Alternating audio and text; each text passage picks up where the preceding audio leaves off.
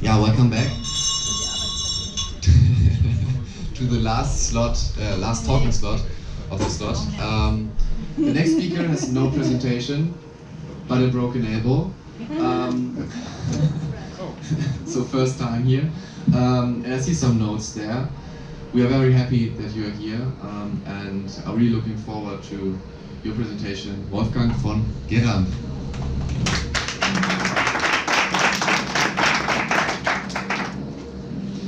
Yeah, I see you wonder, like, why does this guy has this broken arm? And I know if I don't tell you, you will not listen to my story, so I tell you that part first. At least it's red. At least it's red, that's true. So, 2 weeks ago, my son Justus asked me, Dad, can we build a ramp? Like a really, really cool ramp, you know, like for skateboarding and mountain biking, but not like a no one, like a really kicking, like, choo. And I said, like, oh, that's a big project. So let's build up this, look it up, how do we do it? So he looked it up on YouTube and how to build awesome ramps. Can we take a tinier one? No, that one is right, okay. So we built this, as you made a plan, double-checked the plan, triple-checked the plan, sketching and all that. We went to the craftsman store, and in the end, we got all the stuff and we built the ramp in 3 hours. And it looked awesome. It was 1 meter wide, 65 centimeters high, and awesome kicker. Now come on, let's test it, Daddy, let's test it. So Justus went on like with his scooter, and he jumped over, and he was flying. Oh my gosh, this one didn't thought it was possible. And he said, yeah, come on, Daddy, you can do it too. And I said, yes, I don't know when was the last time I was actually jumping over these things, but sure, boldly go. That's what it is. I'm an entrepreneur, so let's do it. And so I started, and then I said, no, I start again. And I'm just jumping over and flying. Okay, if you ask Justus, you would say I wasn't flying at all. Actually, I was going off the ramp and just kind of rolling myself over into something like a salto mortale. I went straight on my head, bike crashing me, and my arm got broken. But Justus is an amazing co-founder.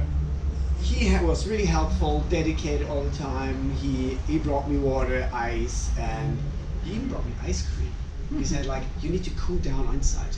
Wow. So I was like, cool guy. And then he accompanied me to the hospital. So this is how I got my awesome arm. And so I'm Wolfgang. I'm a serial optimist and founder of the Alephants. We build world-class teams and help them to create more impact. And I don't know if you have heard of the word co-founder dilemma. I'm an expert in this. And if you ask the Y Combinator, they say the 3 things why most startups and companies fail in the first year is 3 things. First is the product market misfit. The second is running out of cash. And the third thing is the co-founder dilemma. When the whole team, some of the founders, which are start out really well, somehow don't do well anymore, and they struggle, and the whole struggling takes the whole thing apart.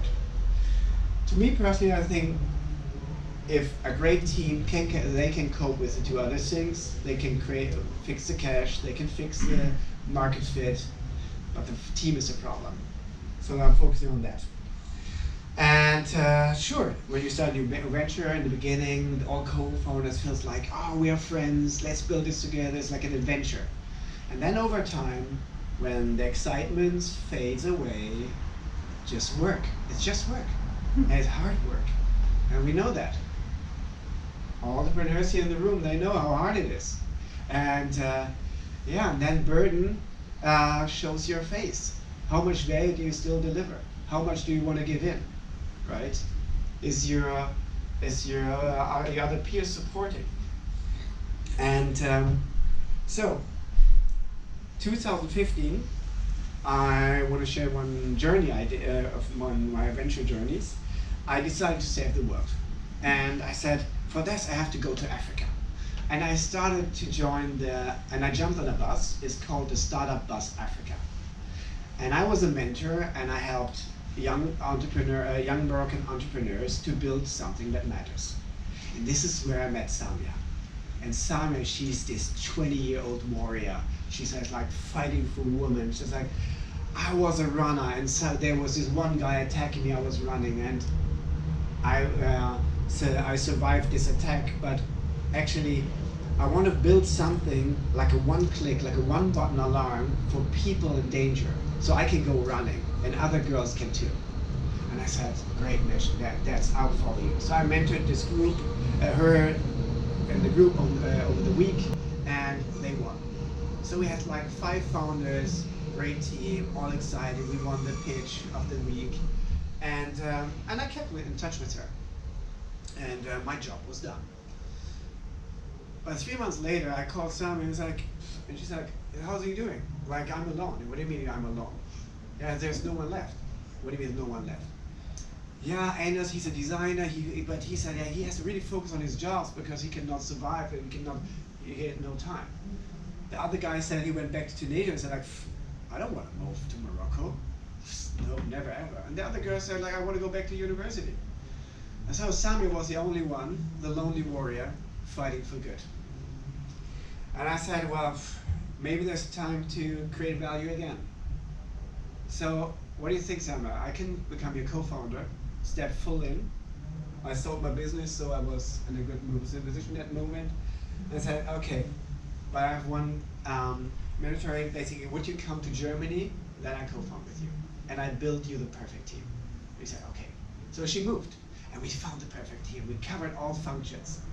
We had amazing CTO, Finn was great with hardware building, and he knew a lot of investors, and Carl was all about finance. Okay, we got it all, perfect. I had a gut feeling that one of the person wasn't so right for us, could be too dominant, but I just ignored it. I just like, forget it, we have all the functions covered, we make it. So and then we launched the company with 500K investments in Germany, and the whole team was excited, like friends. Yeah, we're on a journey, we built this great thing. And we built this one-button alarm, this bracelet with this click where you can save people when the security comes when you click it. And so like Germany was no market, and okay, let's go back to Morocco where it originally comes from. Now when you click, no one comes. Okay, that's a problem. Where else can we do that? And then we went to South Africa. Actually, my co-founder, he pitched yesterday, it's Sia. And and then we went to South Africa because there is danger and private security companies. We merged them up, and all they needed was a click. So this was a great part. But moving to South Africa showed the truth. How much commitment was there? Carl, our finance guy, said, yes, I know, I want to move to Africa, I think it's a good thing, but not full, because I have this other startup in the US. Can I not just work like in 2 continents? No problem. Samia said, yeah, I will move there, but I have this one thing going on. I have this stipendium from the university from Morocco, so I could even go studying again. And I said, oh, what has happened to my warrior? Okay, and and Niels, the tech guy, said, yeah, our tech is global. I can stay in Hamburg. Yeah, and I said, like, I went down there, and then when I was down there, I loved it. Being a culture researcher and seeing like how we can make this happen. But bringing my family down there was, I don't know, was not really an option. And actually, Finn was the only one who said to me, like, I moved there, I'm doing it. And I think, looking back, I think he did what was necessary. He kicked us out all. First me, we had a good talk, and decided how we separated. And in the end, it got over money, things get dirty, and then we had a legal fight, but in the end, we solved it and we settled. But he also kicked out Samia, he kicked out Carl. Niels is still in because IT is global. He can stay. And yeah, and then the thing about why him? Why is he the one who took it all? And I think he got 2 things. He had the guts to make it happen.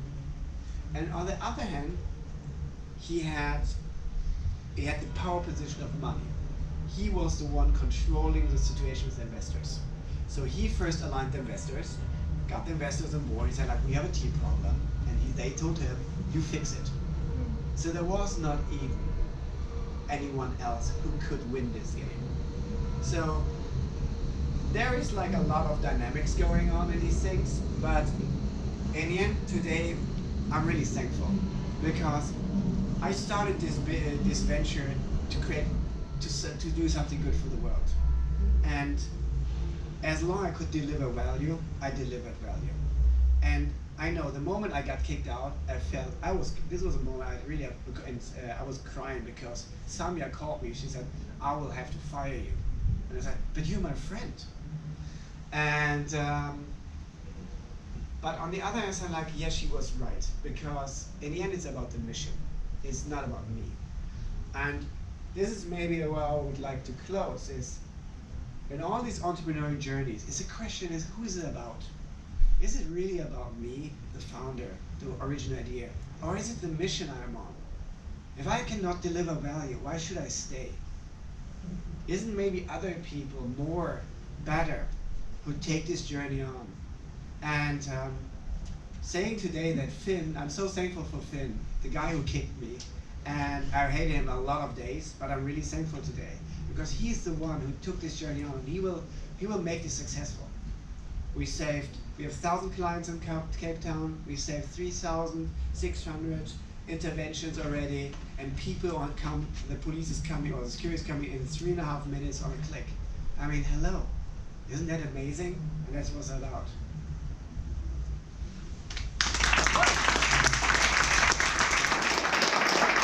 Thank you very much. It's really crowded here. Questions from your side?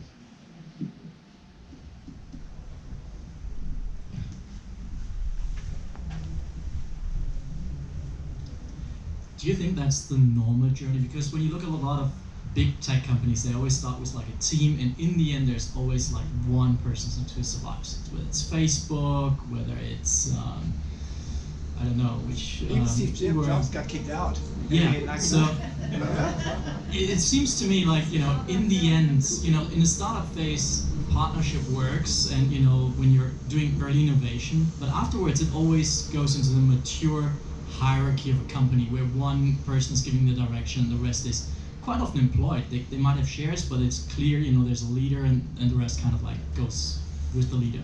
So I think the first thing, there is different stages. Like, come with an idea, like this first, like building something. There's a lot of people have a lot of energy to build something, but then there's a phase of maintaining something, just making the things, and then the third stage of growing. I would say this is 3 personality types as an entrepreneur. So the question is, where are you good at? Building, maintaining, growing. And for that, this is already causing the tension, especially when you have investors back, because they're like, yeah, now we build it, now it's maintained, now grow it. They want progress.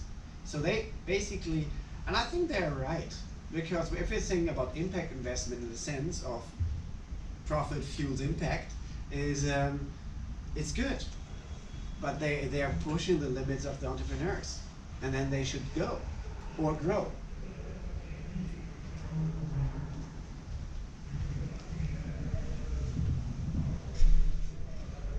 Yes, you just said you build a company and then maintain it and then grow it. Yeah. How long do you think the maintain phase should be? I mean, I'm quite surprised to hear that. For me, it's always often build and grow. So. I think that after you stabilize the business, it's good to breathe for a moment.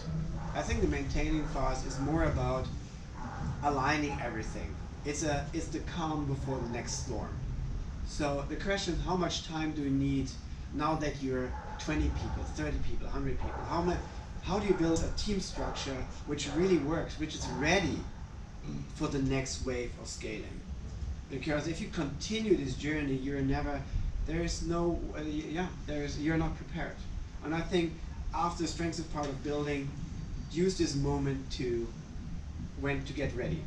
And just be aware, it's not about stagnation, it's about getting ready. Prepare your team for what if the sales doubles? What happens? Are they ready for that, right? And then it can be a year. I think a year is a good time. And some take 10 years.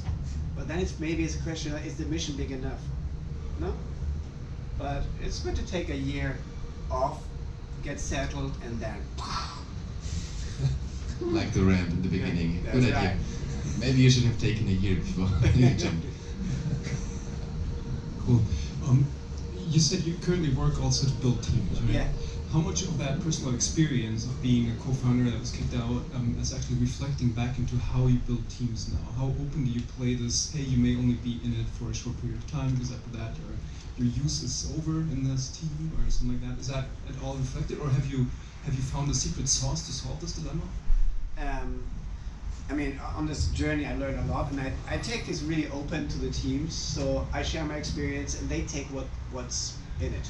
And but the one big learning I learned was, especially with the Ciccarella and Sion team, but they were all 22, so I'm a little older, and so they were not anymore, they didn't want to work for time, they wanted to work for value. And I said, like, how can we measure, get value in the team? And so what I did, I replaced time with rhythm. So we said, like, we had a weekly rhythm. What is due? Has to be done this week? And then everybody just spread off. And then we met next Monday. And it's not really answering your question, I think, but this was the one thing I really learned from this journey, building this into the teams, the rhythm. It's really this was the biggest impact. And also being really open about the co-founder role, and working values is the killer in all teams. So if you define, like, it's really simple, like, how do you, what are the people you can work best with? What the kind of people do you need around yourself? These are the working values. And I can explain it later because it takes a moment, but working values is more important than company values.